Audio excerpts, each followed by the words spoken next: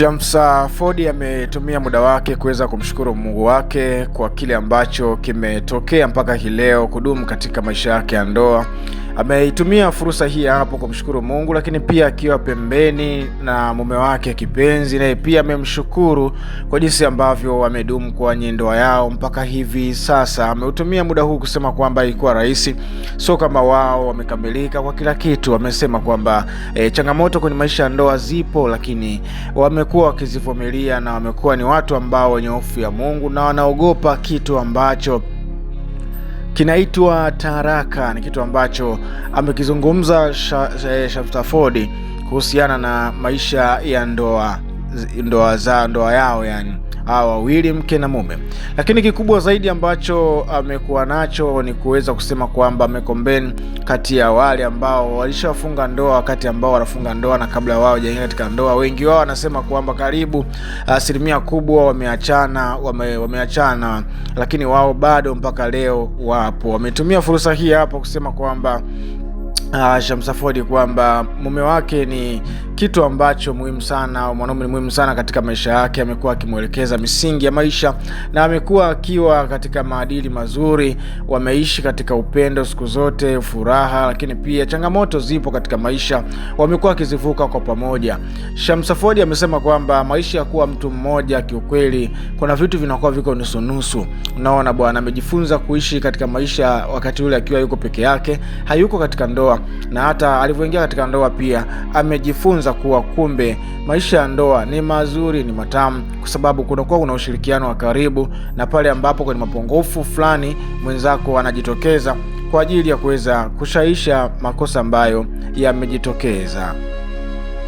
Maneno hayo ya Shamsa Ford kusema kwamba kuwa wawili ni kitu cha msingi sana, mke na mume. Ni kitu cha msingi ndio, kwa sababu hata maandiko matakatifu katika Biblia yameandika na kusema kwamba wawili wapo pamoja, basi kunakuwa kuna nguvu zaidi. Unaona bwana, maana akianguka mmoja, basi mmoja atamuinua mwenzake, lakini kama akiwa peke yake akianguka, basi hakuna wa kumuinua. Kwa hiyo msemo wake umekuwa na hekima, kwa sababu umejumuisha hata katika kitabu kitakatifu cha Biblia ndani yake. Ndoa hii bana ni ndoa ya Kiislamu ambapo aliweza kufunga na mume wake hiyo ndoa, mpaka hivi sasa bado wako katika maisha ya ndoa. Kwa hiyo wameweza kutumia fursa hii hapa, Shamsa Ford akiwa na mume wake, kuweza kushauri watu wengine pia kuweza kumwomba Mwenyezi Mungu kudumu pia katika hiko ambacho Mungu amekikusudia katika maisha. Unaona, kwa sababu ni jambo la msingi na pia ni jambo la muhimu kweli kweli.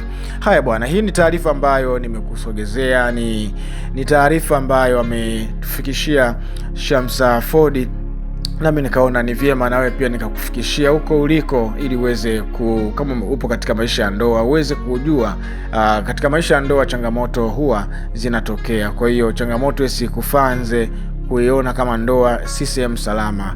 Kama Mungu alikipitisha iko na kikawa ni sehemu ya maisha yako, basi ni kitu kizuri na ni kitu salama kwa ajili ya maisha sasa na hata ya baadaye, wakati huo ukikumbuka katika maisha yaliyopita, wakati ambao ulikokuwa huko peke yako unaishi. Umoja ni nguvu, utengano ni udhaifu, ndiko ambacho amekielezea kwa ufupi, ila sisi tumeweza kudadavua tu kwa marefu na mapana. Shamsa Ford, hakika Mwenyezi Mungu azidi kuwafanyia wepesi katika ndoa yao, na ikimpendeza Mwenyezi Mungu awape mwisho uliokuwa mwema.